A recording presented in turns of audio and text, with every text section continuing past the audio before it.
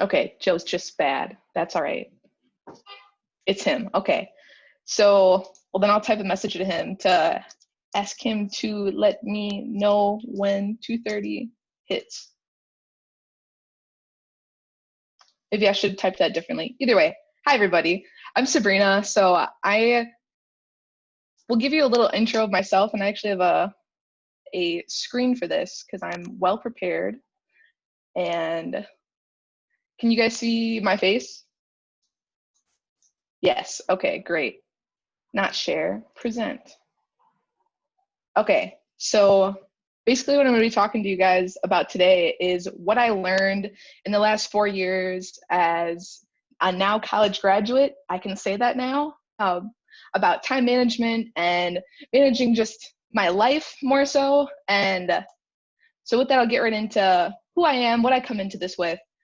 So I went to MSUE for the last 4 years and I studied software engineering. Just completed that degree. I was really involved in clubs at the university. So there was a Society of Software Engineers, SSE, the University Innovation Fellows, student government. I also participated in the Commons in a number of different ways. I had an internship while I was there. I worked at McGregor Partners for a couple of years.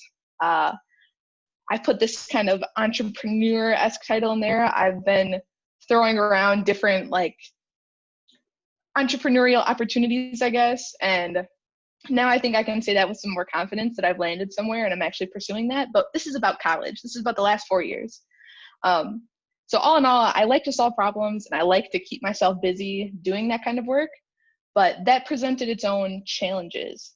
So just to preface a little more of this discussion, I can only really speak to the experiences I've had and what I've learned from interacting with my peers. So some of this might not apply to you. Some of this might be like, this is exactly me. I hope that this is helpful, but I'm going to try to stray away from giving you too much like, you should definitely do this, so much as saying, this worked for me or this definitely didn't work for me, and I would encourage you to try it. So with that being said, with all this kind of mess, I started feeling like I was doing a lot without really getting a lot done. I felt still in general unproductive. I felt like hours of time would go past sometimes and I'd just be like, what did I just do? Like, or I'd end up in a situation in the evening where like I had to relax because I couldn't bear or couldn't bother to keep doing anything, even though I knew things were due. And especially because I procrastinated, as I allude to in the next point. Oh my God, why did that happen? Jesus. Okay, sorry about that.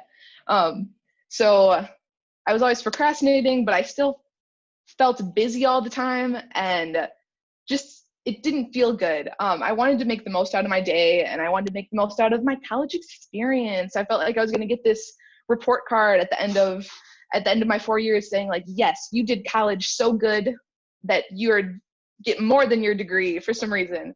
And the result was that I felt like I was always disappointing myself. I was disappointing others by missing deadlines or not seeing through on commitments. It would turn out, as I mentioned, being in like these few clubs, at one point I was in all three of those all at once alongside like interning. And that was not a good time. As I'll allude to later, there's this thing called burnout and it's not fun. But after a lot of reflecting and after a lot of thinking through, you know, who I am and what experiences my peers were having, I realized that the source of this was misunderstood priorities.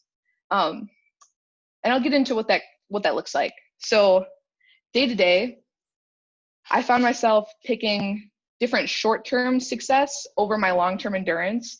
And by that, I mean, like, I'm sure a lot of you relate to this. You've sacrificed sleep for an assignment, or conversely, because you were so exhausted from the day before, you had to sacrifice an assignment to get some more sleep or some more relaxation. Or you felt like, now I deserve to go out with my friends because I've just worked so hard this week, even though I didn't maybe get all the things done that I wanted to do. So it was a lot of short-term evaluation of like, what would make me feel good right now, and not thinking about how I could take care of myself for longer than like the next couple days ahead of me. So that was a little bit of how my day-to-day priorities were askew, and definitely not related to any of my long-term goals or ambitions, like to be an entrepreneur and things like that. In doing this too, I learned about the value of an hour. And so I've used this to describe why I think it's important to get more sleep. And that is because I've done this where I spend another hour working on an assignment, completing a lab perhaps, and maybe that gets me a slightly better grade. It means that I get that feeling of accomplishment perhaps, but then the next day, after only getting like 5 or 6 hours of sleep, the value of every hour in that day has diminished because I haven't taken care of my body enough or what have you to actually make the most out of the day ahead of me. And so now I do a thing where I weigh the value of the hours spent tonight in completing this assignment versus the value of all of my hours tomorrow. And do I have to do important things tomorrow? Like, do I need to squeeze in another assignment between these classes? What am I really weighing here? So I'll allude to that more later. This is the first little tidbit of, I guess, advice. But to continue with talking about misaligned priorities or misunderstood priorities, in general, I was also saying yes to too many things and didn't necessarily have a clear vision of what that long-term goal was.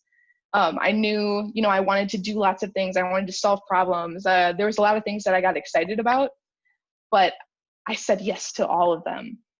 And what I didn't realize was that when one thing comes in, something else has got to go out.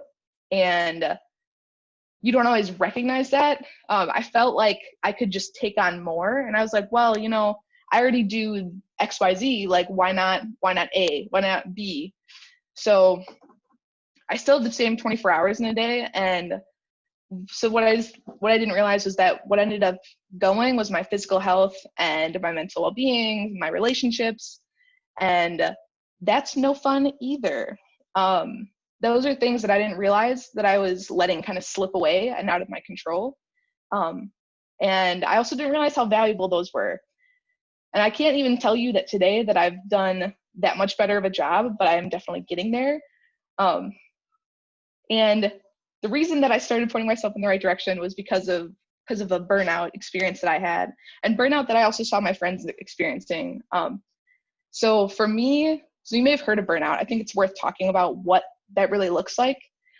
For some people, it looks like a total physical crash. Maybe they really truly reach a breaking point, and one of my friends ended up where I didn't see him for a week, and then he was like, I just withdrew from all classes, and I'm gonna be like taking the next quarter off, and basically that's what's going on, and I'm gonna get my life together. My burnout was different. It was not so dramatic. It was more over the course of maybe a few months, I would say, at the end of my sophomore year. It was when I was doing all the things. And I felt like I didn't have control of my life. I felt like my days were passing me by without really being aware of them. And I felt like nothing was good and nothing was working. Like my burnout came with depression, and it came out with feeling just absolutely hopeless, like feeling like I couldn't possibly get out of this, but this was just the way life was, and it just sucked. I don't really know how to speak to it any better than that, but it was what sparked me to become more aware of what I was doing, where I was spending my time, and what was worth spending time on. And so with that, I'm going to start us on an activity. This is an activity that I did without even really treating it like a cool, fun, like fix your life activity. It was something that we did with our UIF team to get an idea of where everyone was at with their responsibilities. And it ended up being something really useful for me. So what we're going to do is we're going to spend about two minutes, and I want you to get out a sheet of paper and write down 12 squares and fill them in with things that you spend at least an hour or so a day doing. So here's an example of what mine looks like, or mine looked like, at the end of my sophomore year. So I was a full-time student, I was an intern, I was doing these clubs, I had family and friends, and I was eating, sleeping, and exercising. And Colin here, this was my partner at the time. And pretend I didn't just flash you all of my following slides. And we'll wait a little bit.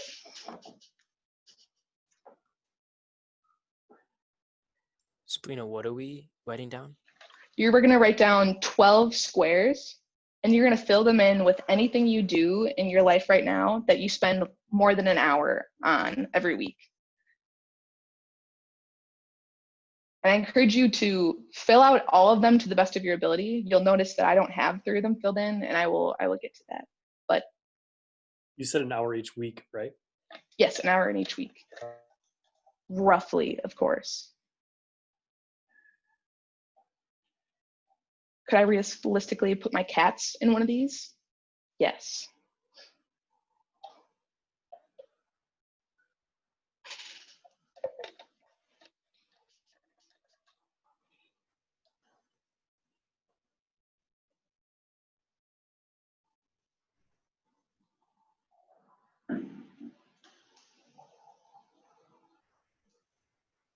All right, I'm gonna wait another about like 45 seconds. And don't worry about it being perfect or it being a beautiful, intricate capturing of your life.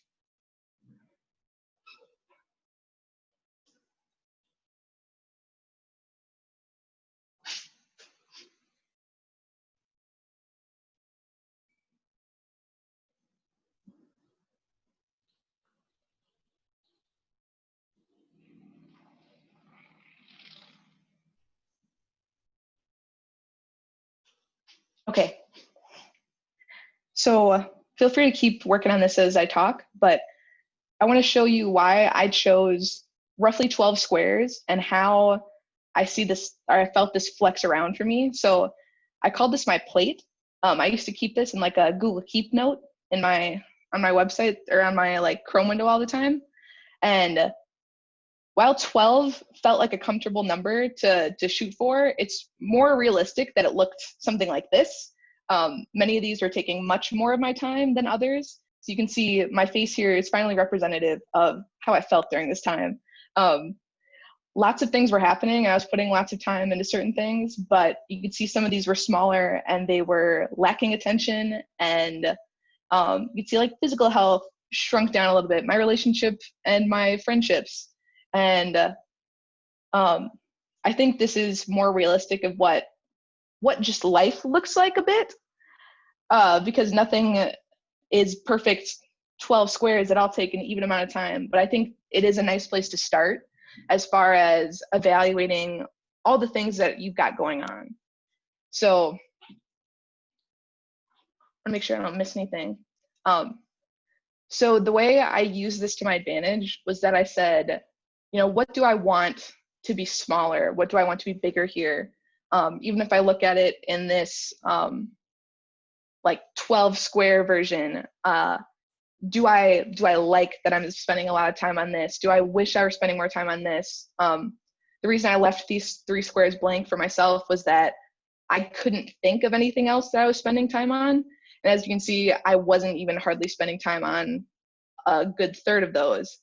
And so the exercise that, or not the exercise, what I tried to put into practice was looking at these and saying like, okay, whatever's happening right now isn't working, so I have to remove one.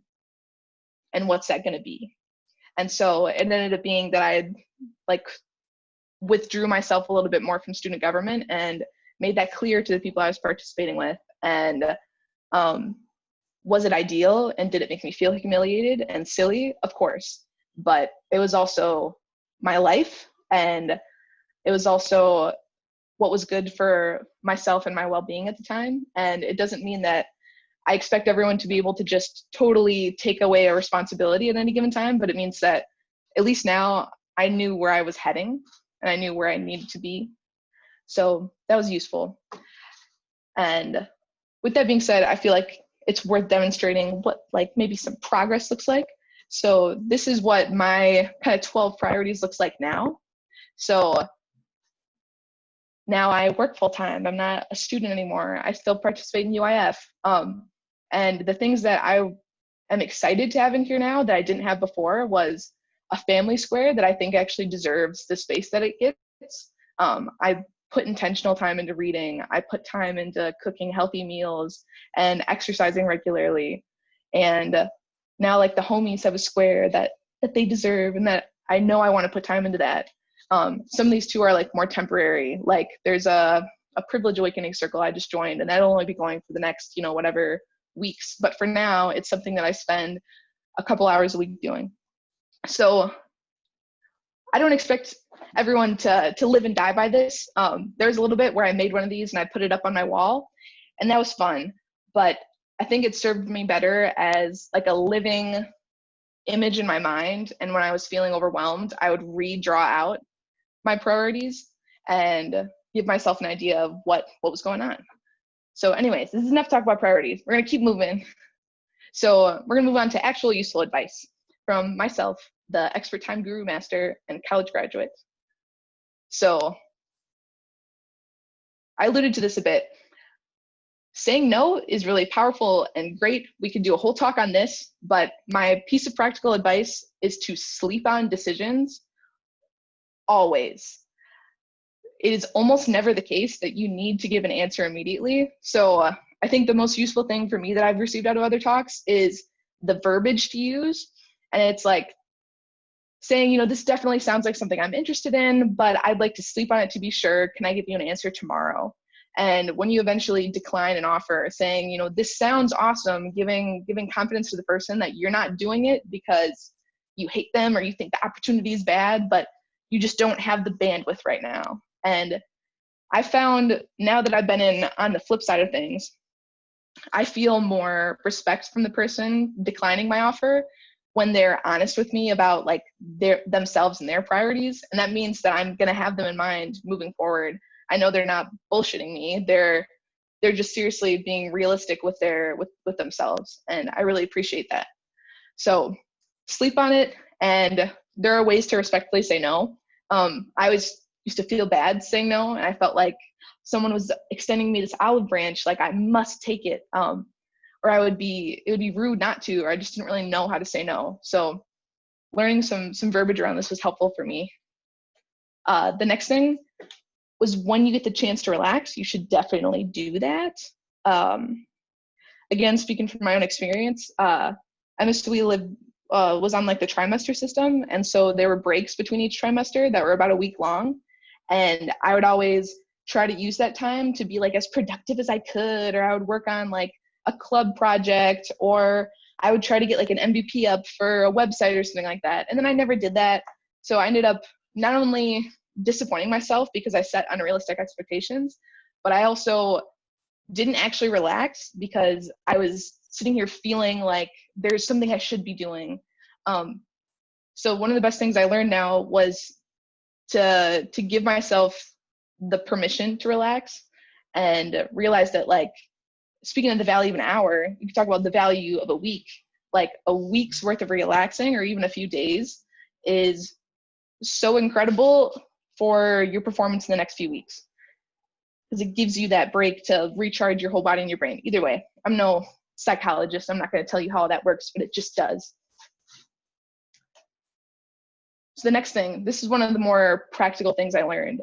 If any of you guys know like Matt Schlodweiler from Centair, he was the one who taught me this, and it was in an article about mastery. And so it's this regular check-in idea that you write down. I kind of do this when I need it. You could do this daily, but you write down 3 recent wins, 3 things you're grateful for, and 3 things that if you accomplish them today would be a win.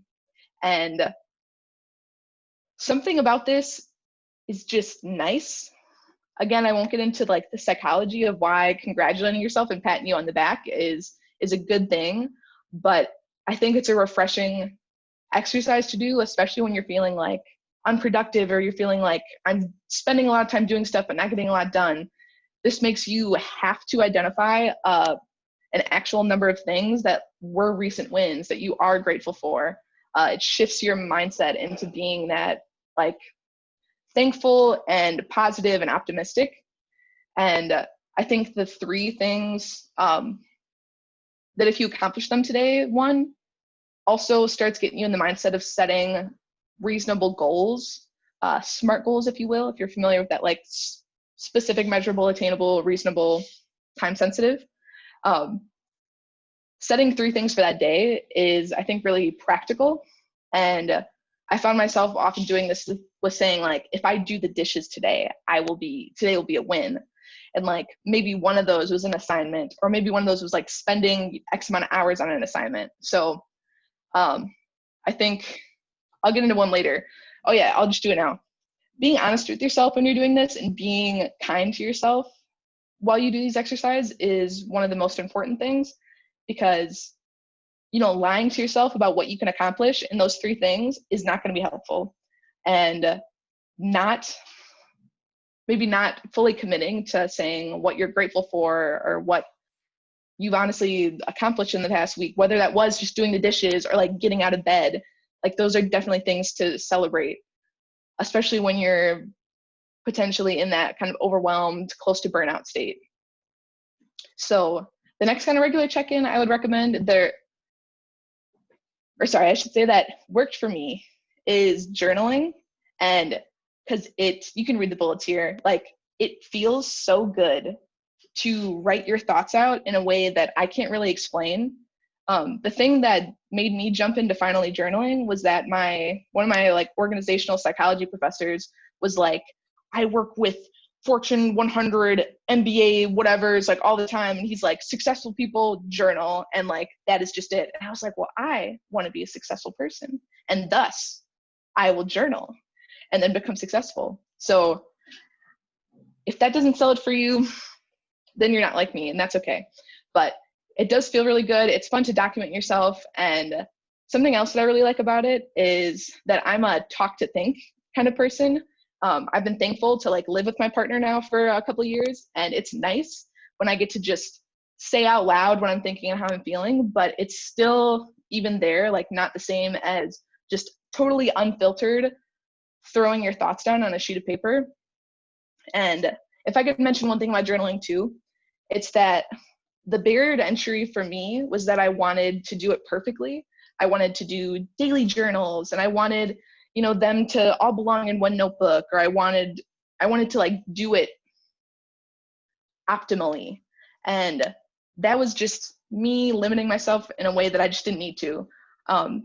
I think a really good way to start is to just do it on a sheet of paper, and maybe you even throw that paper away. But as I was saying, it feels so good. It feels cathartic.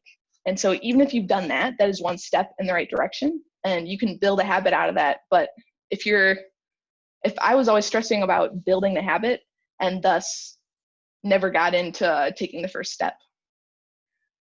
So again, be honest with yourself while you journal. The journal is just for yourself. I always imagined too that I would be like those philosophers, or like someone who makes a breakthrough discovery, and then people like go through my journals, you know, decades from now, and they're like, this is what Sabrina was thinking when she was in her 2nd year of university.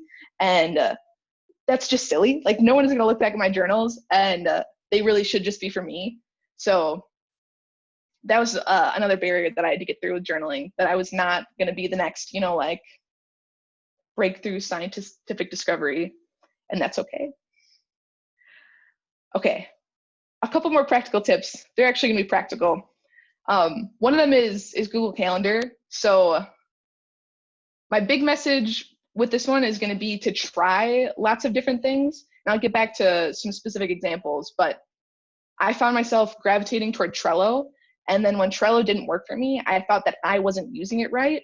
And the narrative should have been totally different, in that like, I just need to try a different method of capturing my tasks, of scheduling my day. So we'll first look into calendar. So this example here shows what my schedule was like a few months ago when I was finishing school.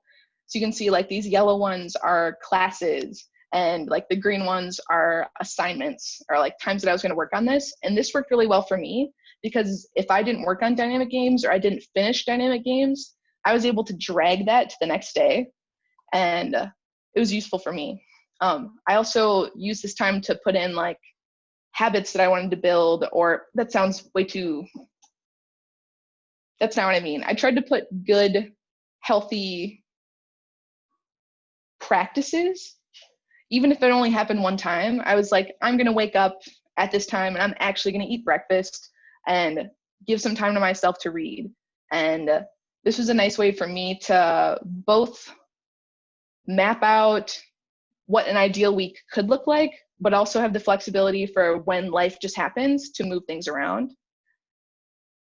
And so yeah, I would recommend Google Calendar. And then the second piece of this is that I was also really forgetful.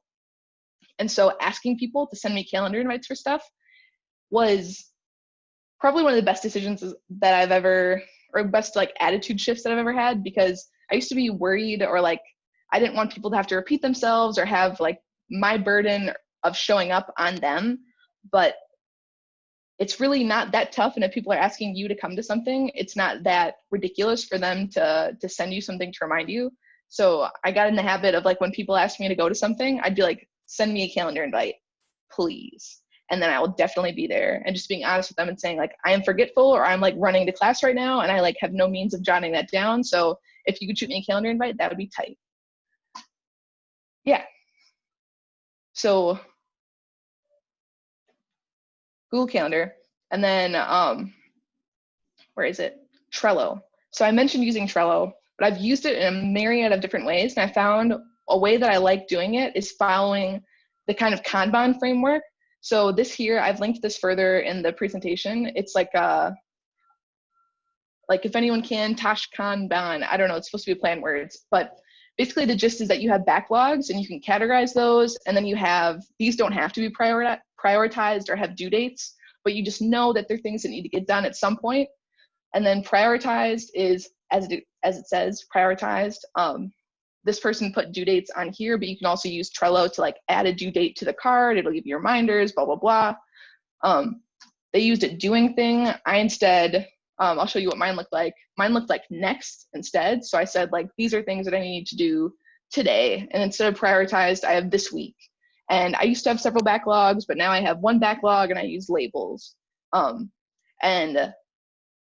the one big tip that I would give about using Trello is that having a done column, I think, is really nice, because not only is it easy to drag cards over rather than having to like right click and archive it, you also get to see everything you've done.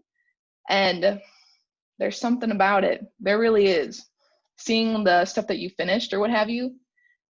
And actually, I have two things. So my second thing is to have an inbox. My inbox is distinct from my backlog, because my backlog signifies that it is already a task and there's like action that can be taken on it. But for me, the inbox is like, I can drag like articles over there, or just in general, like I need to look at this website for buying MacBooks. It's something that I can quickly capture ideas in, but they don't have to be something that sits in my to-do list. So that's why I keep that separate. And I also put this note over here. So the reason I really like Trello is that they do as much to help you as you can with getting your flow together. So they have tons of templates. The like project and product management ones can be the ones that are nicer for like the flow of tasks, but personal and like team management are also, I think, just as good. There's lots to browse on there. And like I said, here's one that I've linked at the end that gives you like a starting place. So I've talked a lot. I've said a lot of things. I've told you that I'm a hot mess. And I've figured out some things as far as getting my life together. And I'm definitely not perfect, but I'm on my way. And if I had one thing to say, it would be that you just like literally have your whole life ahead of you. I'm assuming many of you are college students. And when I was in college, I was like, like I said, I wanted that perfect college report card that said like I maximized my 4 years. And now that I've graduated, it just feels like that was so silly, and like it feels like my life has only just started. So this sounds cheesy, this sounds corny, but it really is like, there's just so much time, and there's so much of the world, and there's so much life that you have to live. And so like doing the ideal and perfect thing in college is just so irrelevant. Like no one is going to ask you about that. And what you really want to do is set yourself up for that long-term growth and endurance. So to recap, actionably and intentionally reflect. That's like that My Plate 3x3 thing, and journaling. Try out lots of new methods and see what works for you. Don't assume that a normal to-do list is perfect for you because it works for Joe or it works for me. Say no sometimes and be kind to yourself. You guys are working hard. I'm assuming you're here because you're trying, and giving yourself that grace and that thankfulness for saying like, I'm doing my best and I'm striving to learn and striving to do better. And that in itself is already leaps and bounds ahead of, I don't know, other people, if that makes you feel good, or just leaps and bounds ahead of what you could be doing. So here's some resources. I'll find a way to share this with you guys. But if you guys have any questions, now would be a great time. Yeah, I wanted to open this up for additional questions and thoughts or comments from our participants here. But Sabrina, what fantastic advice, and thank you for being so authentic and genuinely open with your experiences here. And I love that you gave us a lot of different tools to consider, but ultimately this is something that like whatever works for us as an individual. So that's really important. Let's pick Sabrina's brain a little bit more, or just offer some of your reflective thoughts on this session. Okay. I think this is something we don't often get to talk about a lot. So.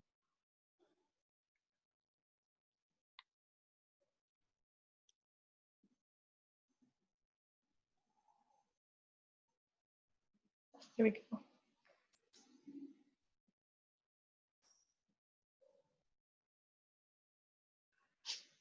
Looks like Paul asked what might be a good way to get started with Trello.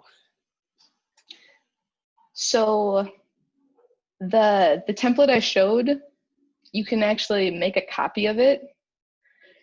So the link, I'll go straight to the link. The link is right here, this third one. So actually I'll click it and see if you guys can still see it.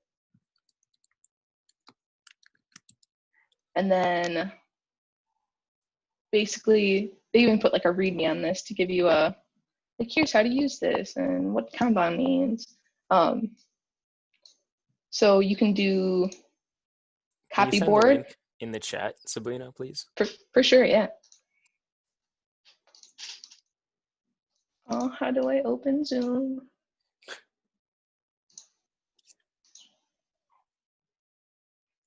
While Sabrina's doing this, let's get some other questions for her.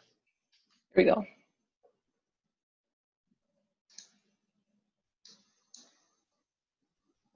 So yeah, you just copy board. Heck, I'll do it. New personal.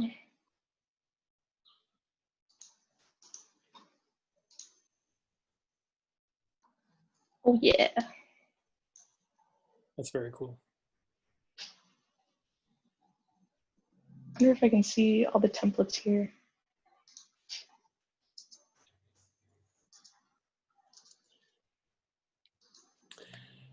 And then Paul's asking all the questions. I want to hear from some other folks too, but good books to read. I know that Sabrina quickly flashed some other resources. Yes. One great one is Make Time by John Zaratsky and Jake Knapp. Yep.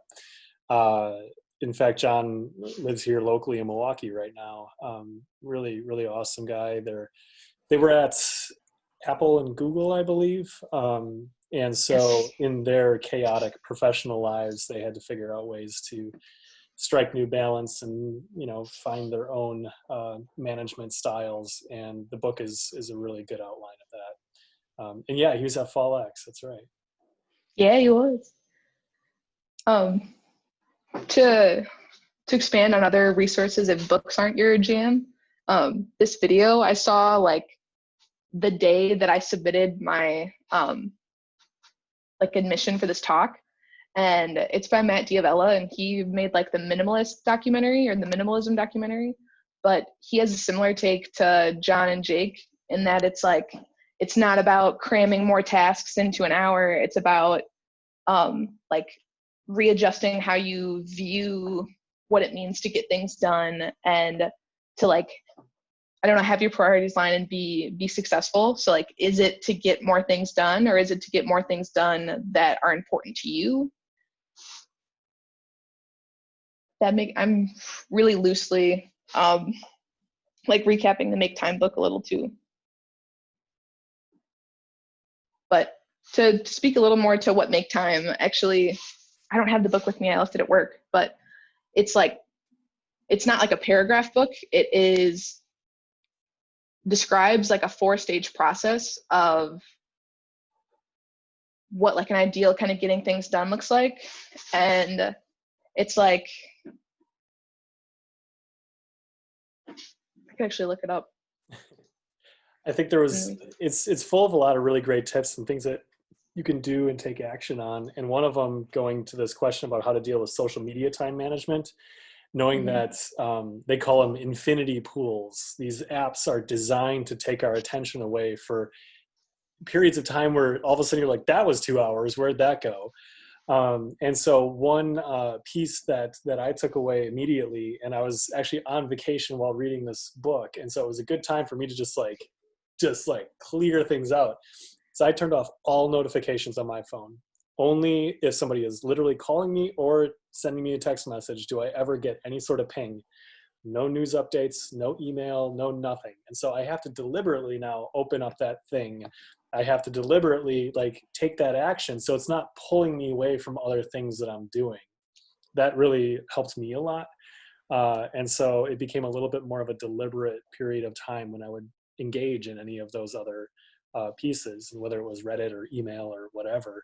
That was the stuff that was taking a lot of my own time. Sabrina, I see a good question from Virginia here. Do you want to offer your thoughts? So I also am an avid procrastinator, and I share that idea that like when the deadline is approaching, that's really motivating for me. And so I found some success in striking a healthy balance of using that procrastination to my advantage, but not totally relying on it. And that sounds really wishy-washy, but basically I knew that if a certain assignment was going to take me roughly this much time, or I knew I could get it done in a night, then I would say, like, if it's due Wednesday night, I'm not going to pretend that I'm going to work on it on Sunday. I'm not even going to give myself that illusion. I will work on it on Wednesday and try to adapt the way I do work the way I plan to do work to the way I actually do work. And so that doesn't always work. Sometimes I have like things to do on Wednesday, even though it's due Wednesday. And that's really hard for me. Like if I know that I have an hour in my night somehow, some way, I'll like try to push it into that hour if by all means necessary. But basically it was to like not shame myself for my procrastination, but to use it to my advantage when I could and try to plan my week around it whenever possible.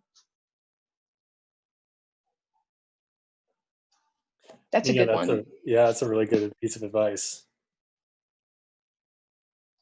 For those of you who might not have the chat open, Nina says that if you leave a task 90% complete in a day so that you only have to do the 10% of the work the next day, that'll give you a nice easy win the following day, which we love that.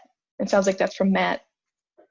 Shout out Matt. Also the 3x3 guy. Matt really just knows what he's doing.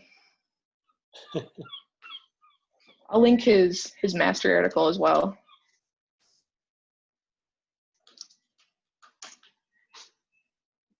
Maybe this won't show up. It's on LinkedIn somewhere. Well, we can be, as we have recorded this, and we'll be sharing out some, hey, there's John Zaratsky. Yeah, speaking of John. We can be sharing out some of these resources too, so we hope that you all can keep on learning a little bit there. Brian says recently he started using a random time generator online to assign times for him to do tasks. So far, so good. That's interesting. So not necessarily saying, hey, like everything has to be done in chunks of 1 hour time, but you could have that thing that the random time generator says 47 minutes to do this. You're like, all right, 47 minutes, here we go. That's a very, very interesting kind of brain hack in a way. Yeah, I think that's a super good idea. And that reminded me, there's like a make time timer that's meant to be like a visual indication of how much time you've got left. So this blue thing like shrinks. And this is maybe a little elaborate when you could just pull a timer up on your screen, but this is also, I guess, to the similar point. Sometimes we need a physical reminder in front of us. Yeah. Yeah. Well, cool. Everyone, it's 2:45, so I got to be the timekeeper and the bad guy. And want to thank everybody for joining us on this call. Let's all give Sabrina a huge thank you, shout outs, all the love. Again, appreciate your raw candor and honesty with all of this. These are some skills that can be really tough to utilize, and your brain doesn't want to think about how to manage itself better when there is some chaos and a flurry of activity around you. That can be so difficult. And I'm years out of school. It doesn't necessarily get any better. You know, it's something that we have to continually remind ourselves of. So I hope you all found this a good learning experience for you. I've got one more session left today. Perhaps some of you do as well. The Bit by Bit Virtual Learning Conference has been amazing. So thank you all. Thank you, Sabrina. This has been Thanks for putting this together. Absolutely. All right. Well, if I don't see you, enjoy your holiday weekends, everyone. Bye-bye. Happy 4th. Bye. Happy Black Lives Matter, because that's still going. Yes. Oh, gee. Oh.